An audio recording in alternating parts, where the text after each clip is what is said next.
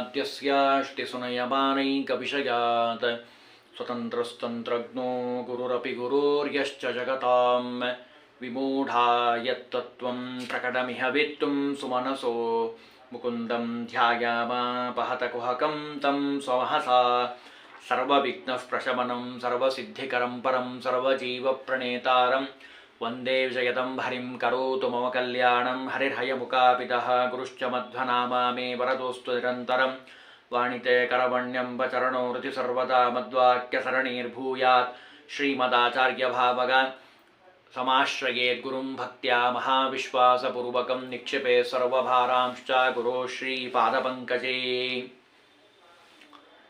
ದ್ವೈತ ಸಿದ್ಧಾಂತದ ಪ್ರಮೇಯವನ್ನು ಜಗನ್ನಾಥದಾಸರು ಈ ಪದ್ಯದಲ್ಲಿ 9ನೇ ಪದ್ಯದಲ್ಲಿ ತಿಳಿಸುತ್ತಾರೆ. ಜಗತ್ತು 5 ಭೇದಗಳಿಂದ ಕೂಡಿರುವಂಥದ್ದು. ಈ 5 ಭೇದಗಳಿಂದ ಕೂಡಿರುವಂತಹ ಪ್ರಪಂಚಕ್ಕೆ 5 ರೂಪದಿಂದ ವಾಯುದೇವರು, ಅವರಲ್ಲಿ ಭಗವಂತ 5 ರೂಪದಿಂದ ನಿಂತು ವಿಶೇಷವಾಗಿ ಅನುಗ್ರಹವನ್ನು ಮಾಡ್ತಾನೆ. ಅದನ್ನು ಈ ಪದ್ಯದಲ್ಲಿ ತಿಳಿಸ್ತಾರೆ.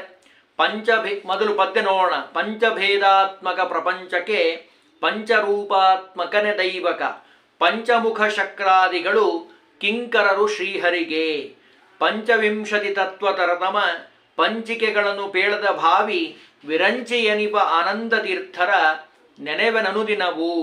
ನಿನ್ನೆ ದಿವಸ ಪ್ರಾಣದೇವರ ಅವತಾರರಾಗಿರುವಂತಹ ಪೂರ್ಣಪ್ರಜ್ಞರ ಸ್ತೋತ್ರವನ್ನು ಮಾಡಿದ್ದಾರೆ. ಅದರ ಮುಂದುವರೆದ ಭಾಗ. ಮಧ್ವಾಚಾರ್ಯರು ಅವತಾರವನ್ನು ಮಾಡಲಿಕ್ಕೆ ಕಾರಣ ಏನು? ಸುಮಧ್ವಜಯ 2ನೇ ಅಧ್ಯಾಯದಲ್ಲಿ ಹೇಳ್ತಾರೆ.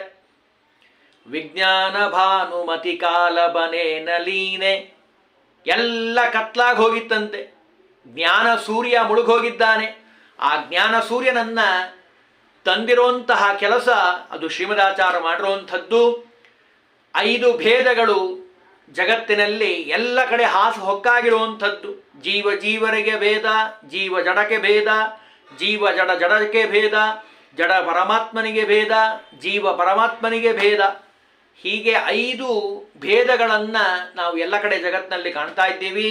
ಇಂತಹ 5 ಭೇದಗಳಿಂದ ಕೂಡಿರುವಂತಹ ಪ್ರಪಂಚಕ್ಕೆ ಪಂಚರೂಪಾತ್ಮಕನ ದೈವಕ, 5 ರೂಪದಿಂದ ಭಗವಂತ ನಿಯಮನ ಮಾಡ್ತಾನೆ.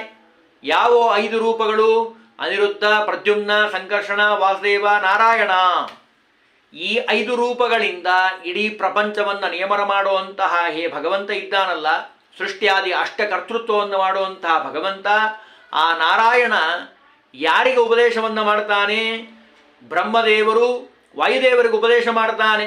ಇಂತಹ ಪಂಚಮುಖ 5 ಮುಖಗಳಿಂದ ಕೂಡಿರುವಂತಹ ಭಗವಂತ, ಅವನಿಗೆ ಕಿಂಕರರು. ಯಾರು ಕಿಂಕರರು? ರುದ್ರದೇವರಿಂದ ಪ್ರಾರಂಭ ಮಾಡಿಕೊಂಡು ಎಲ್ಲರೂ, ಬ್ರಹ್ಮದೇವರಾಗಿರ್ಬೋದು, ವಾಯುದೇವರಾಗಿರ್ಬೋದು, ರುದ್ರದೇವರಾಗಿರ್ಬೋದು, ಶಕ್ರಾದಿಗಳು ಅಂದರೆ ಯಾರು? ಇಂದ್ರಾದಿ ದೇವತೆಗಳು. ಕಿಂಕರರು ಶ್ರೀಹರಿಗೆ, ಭಗವಂತನಿಗೆ ಎಲ್ಲ ದೇವತೆಗಳು ಅನುಚರರಾಗಿ ಭಗವದ್ಭಕ್ತರಾಗಿ ಸೇವೆಯನ್ನು ಮಾಡುವಂಥವರು. ಇಷ್ಟೇ ಅಲ್ಲ, ಪಂಚವಿಂಶತಿ ಇದನ್ನೆಲ್ಲ ತಿಳಿಸ್ಕೊಟ್ಟಿರುವಂತಹ 25 ತತ್ವಗಳು ತಾರತಮ್ಯವನ್ನು, ಪಂಚಿಕೆಗಳನ್ನು, ಪಂಚಸಹಿತವಾಗಿರುವಂಥದ್ದು ಪಂಚಿಕೆ ಅಂದರೆ 5 ಭೇದಗಳು ದಿಂದ ಕೂಡಿರುವಂಥದ್ದು ಈ ಪ್ರಪಂಚ. ಈ ಜಗತ್ತೆಂತೂ ಏನು ನಾವು ಕರಿತಾ ಇದ್ದೀವಲ್ಲ, ಇದು ಪಂಚಭೇದದಿಂದ ಕೂಡಿರುವಂಥದ್ದು. ಭಗವಂತನಿಗೂ ನಮಗೂ ಭೇದ ಇದೆ. ಭಗವಂತ ಅತ್ಯದ್ಭುತನಾಗಿರುವಂಥವನು, ನಾವು ಸಾಮಾನ್ಯರಾಗಿರುವಂಥವರು. ಭಗವಂತ ಜ್ಞಾನಾನಂದವೇನಾಗಿರುವಂಥವನು, ನಾವು ದೋಷಾದಿಗಳಿಂದ ಕೂಡಿರುವಂಥವರು. ಮೇಲ್ನೋಟಕ್ಕೆ ನಮಗೆ ಗೊತ್ತಾಗ್ತದೆ. ಅದನ್ನು ವಿಶೇಷವಾಗಿ ಶಾಸ್ತ್ರಗಳ ಮುಖಾಂತರವಾಗಿ, ವೇದಗಳ ಮುಖಾಂತರವಾಗಿ, ಪುರಾಣ ಇತಿಹಾಸಗಳ ಮುಖಾಂತರವಾಗಿ ನಮಗೆ ಸಾಧನೆ ಮಾಡಿ ತೋರಿಸಿದಂತಹ ಪಂಚಿಕೆಗಳನ್ನು ಪೇಳದ ಯಾರು ಇವ್ರು ಹೇಳಿರುವಂಥವ್ರು? ಹೆಂಗೆ ಹೇಳಿದ್ರು ಇವರು? ಕೇವಲ ತಮ್ಮ ಮನಸ್ಸಿಗೆ ಬಂದಿದ್ದು ಹೇಳಿಲ್ಲ. ಶ್ರೀಮದಾಚಾರ್ಯರು ಏನು ಹೇಳಿದರು? ಮತ್ತೆ ಶಾಸ್ತ್ರಗಳಿಗೆ ಅನುಗುಣವಾಗಿ, ವೇದಕ್ಕೆ ಅನುಗುಣವಾಗಿ, ಪುರಾಣ ಇತಿಹಾಸಗಳಿಗೆ ಅನುಗುಣವಾಗಿ ಭಗವಂತನ ಸರ್ವೋತ್ತಮತ್ವವನ್ನು ವಾಯುಜೀವೋತ್ತಮತ್ವವನ್ನು ಸಾಧನೆ ಮಾಡಿ ತೋರಿಸಿದಂತಹ ಭಾವಿ ವಿರಂಚಿ. ಇವರು ಮುಂದೇನಾಗ್ತಾರೆ? ವಿರಂಚಿ ಅಂದರೆ ಬ್ರಹ್ಮದೇವರು. ಮುಂದೆ ಬ್ರಹ್ಮದೇವರಾಗುವಂತಹ ಆನಂದ ತೀರ್ಥರ. ಆನಂದ ತೀರ್ಥರು ಅಂತ ಮಧ್ವಾಚಾರ್ಯರಿಗೆ ಹೆಸರು. ಯಾಕೆ ಆನಂದ ತೀರ್ಥರು ಅಂತ ಕರೀತಾರೆ ಅಂತ ನಾವು ನಿನ್ನೆ ನೋಡಿದ್ದೀವಿ. ಅದನ್ನು ಸುಮಧ್ವಿಜಯಕಾರರು ವರ್ಣನೆ ಮಾಡ್ತಾರೆ. ಆನಂದ ರೂಪಸ್ಯ ಪರಸ್ಯ ಪಾತ್ರಧೀರಾನಂದ ಸಂದಾಯಿ ಸುಷಾತ್ಸಕತ್ಸಯತ್ ಆನಂದ ತೀರ್ಥೇತಿ ಪದಂ ಗುರೋದಿತಂ ಬಭೂವ ತಸ್ಯಾತ್ಯನುರೂಪ ರೂಪಕಂ. ಗುರುಗಳಾಗಿರುವಂಥವರು ಆಚಾರ್ಯರನ್ನ ಆನಂದ ತೀರ್ಥರು ಅಂತ ಕರೆದಿದ್ದಾರೆ. ಕಾರಣ ಏನು ಅಂದರೆ ಆನಂದಕರವಾದ ಶಾಸ್ತ್ರವನ್ನು ನೀಡಿದಂಥವರು. ಪೂರ್ಣ ಆನಂದ ಎಲ್ಲಿರುತ್ತದೆ? ಮೋಕ್ಷದಲ್ಲಿರ್ತದೆ. ಆ ಮೋಕ್ಷಕ್ಕೆ ಬೇಕಾಗಿರುವಂತಹ ಸಾಧನ ರೂಪವಾದ ಗ್ರಂಥಗಳನ್ನು ರಚನೆ ಮಾಡಿಕೊಟ್ಟಿದ್ದಾರೆ. ಯಾರು ಆನಂದ ತೀರ್ಥರ ಶಾಸ್ತ್ರವನ್ನು ಅಧ್ಯಯನ ಮಾಡ್ತಾರೋ, ಅದರಂತೆ ಜೀವನವನ್ನು ನಡೆಸಿಕೊಂಡು ಹೋಗ್ತಾರೋ, ಅವರಿಗೆ ಮೋಕ್ಷ ಅನ್ನೋದು ಕಟ್ಟಿಟ್ಟ ಬುತ್ತಿ. ಅದನ್ನಿಲ್ಲಿ ಹೇಳಬೇಕಾಗಿದೆ. ಅದಕ್ಕೆ ಹೇಳಿದ್ರು ಅನುದಿನವು, ಯಾವತ್ತೋ ಒಂದು ದಿವಸ ನೆನೆಸೋದಲ್ಲ ಆಚಾರ್ಯರನ್ನ. ಅದನ್ನು ಜಗನ್ನಾಥದಾಸರು ನಮಗೆ ಕೋಟ್ ಮಾಡಿ ಹೇಳ್ತಾರೆ. ಅಂದ್ರೆ ನಾವು ಈ ರೀತಿಯಾಗಿರಬೇಕು ಅಂತ.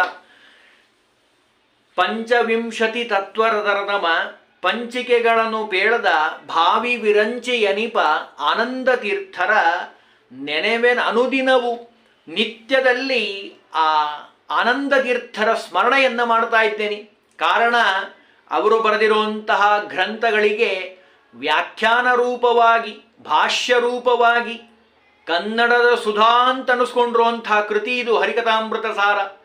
ಅದಕ್ಕೆ ನಿಮ್ಮ ಆಶೀರ್ವಾದ ನಮ್ಮ ಮೇಲಿರಲಿ. ನಿಮ್ಮನ್ನು ಸ್ಮರಣೆ ಮಾಡಿ ನಾ ಈ ಗ್ರಂಥವನ್ನು ಬರಿತೀನಿ ಅಂತಾರೆ ಜಗನ್ನಾಥದಾಸರು.